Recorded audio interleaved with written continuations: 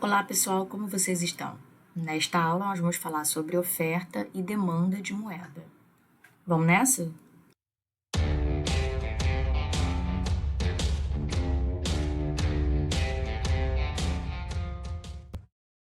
A parte da oferta da moeda, nós vamos analisar as funções da moeda e suas medidas. Nós vamos também entender como os bancos comerciais criam moedas e entender como o Banco Central controla a quantidade de moeda na economia.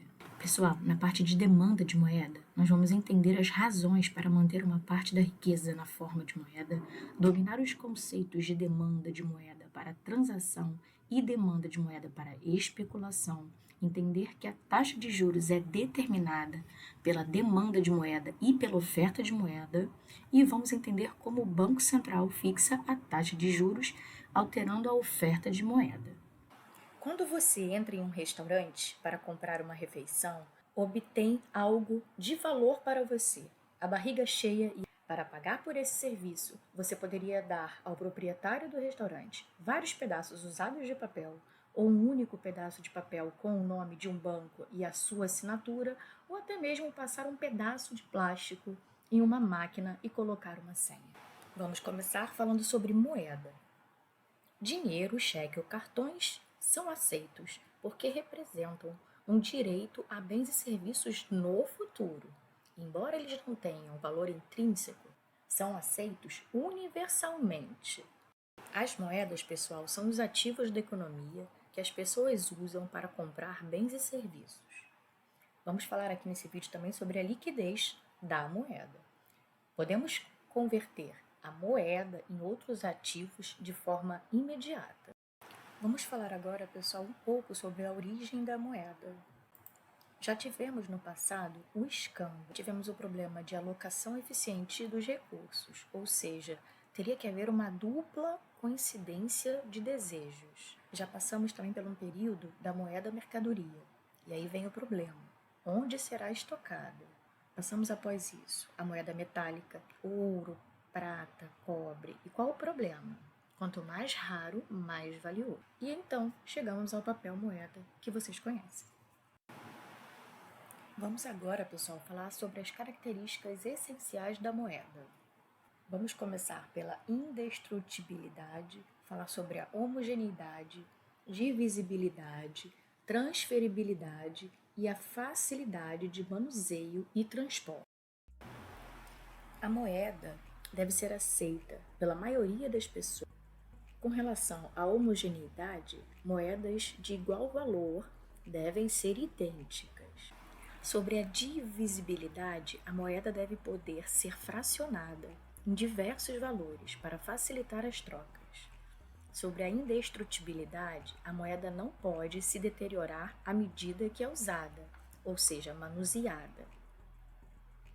Sobre a facilidade de manuseio e transporte, portar e carregar a moeda deve ser uma tarefa simples. E por último, sobre a transferibilidade, a moeda deve ser facilmente transferível de uma pessoa para outra. Ou seja, ela não deve trazer marcas que identifiquem o seu possuidor. Vamos falar agora, pessoal, sobre as funções clássicas da moeda. A primeira função que vamos ver é o meio de troca. É um intermediário de troca, meio de pagamento ou meio de recebimento. Ela também tem a função de unidade de conta, unidade de valor ou padrão de medida. Ela também é reserva de valor, transfere o valor do presente para o futuro. Em um sistema econômico, pessoal, baseado na especialização e divisão do trabalho, é imprescindível que exista um instrumento que facilite as trocas de mercadorias. Se não houver esse instrumento, as trocas teriam que ser diretas, trocando-se bens por bens, serviços por bens ou serviços por serviços. Isso exigiria dupla coincidência de desejos. Ademais, ocorreria um problema de indivisibilidade. Se o fabricante de móveis quisesse tomar um cafezinho, como ele faria? Eu posso acrescentar aqui, pessoal, que se perderia muito tempo para viabilizar essas trocas diretas.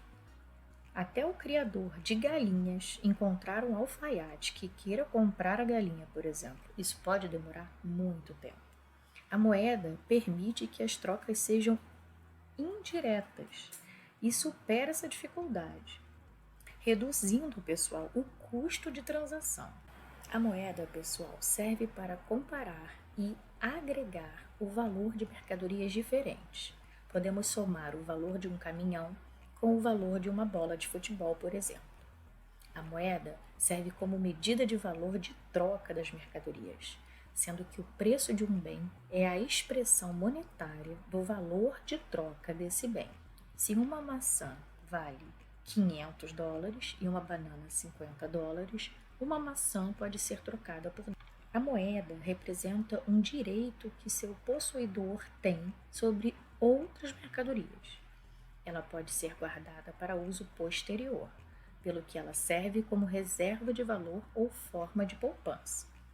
A moeda, pessoal, serve de reserva de valor para uma pessoa, mas não para toda a sociedade, o que é chamado na economia de falácia ou sofisma da composição. O que vale para o indivíduo não vale para a sociedade, mas o que determina a riqueza de um país é a sua produção global e não o montante de moeda existente nela.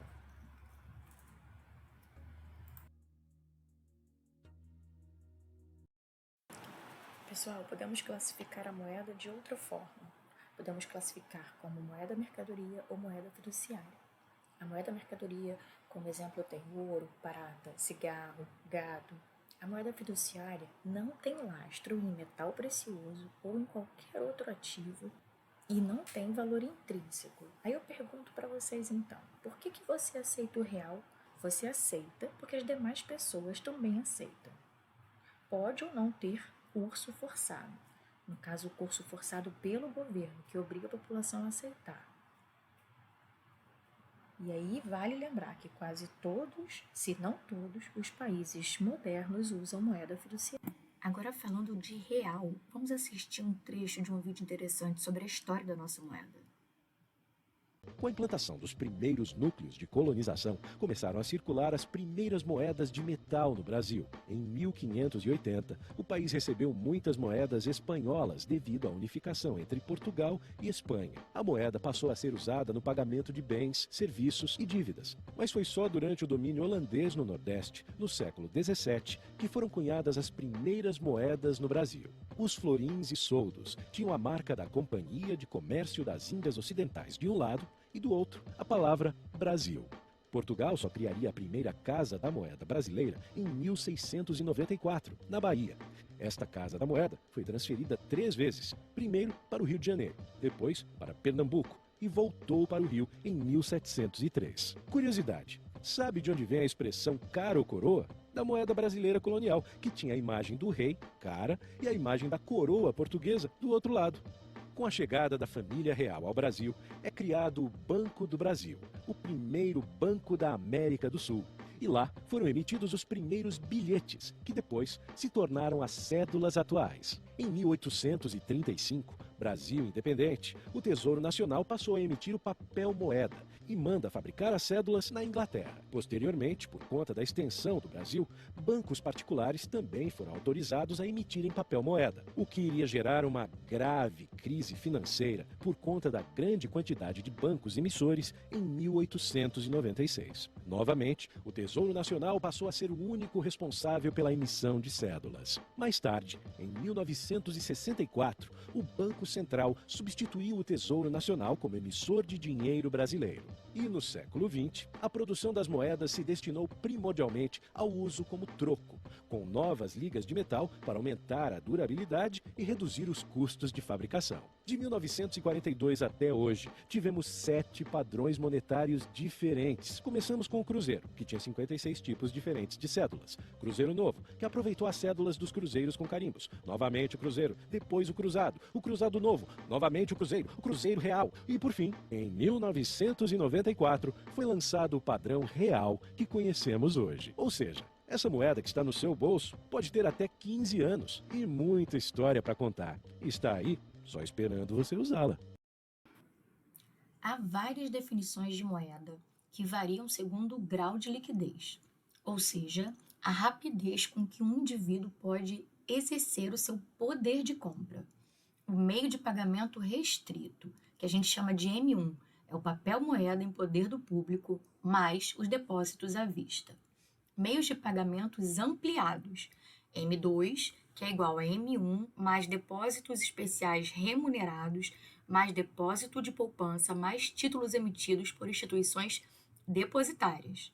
M3, que é igual a M2 mais cotas de fundos de renda fixa mais operações promissionadas registradas na Selic. M4, que é igual a M3 mais títulos públicos de alta liquidez. Eu vou parar por aqui porque esse vídeo já ficou grande e a gente volta a falar sobre esse conteúdo num próximo vídeo. Até breve!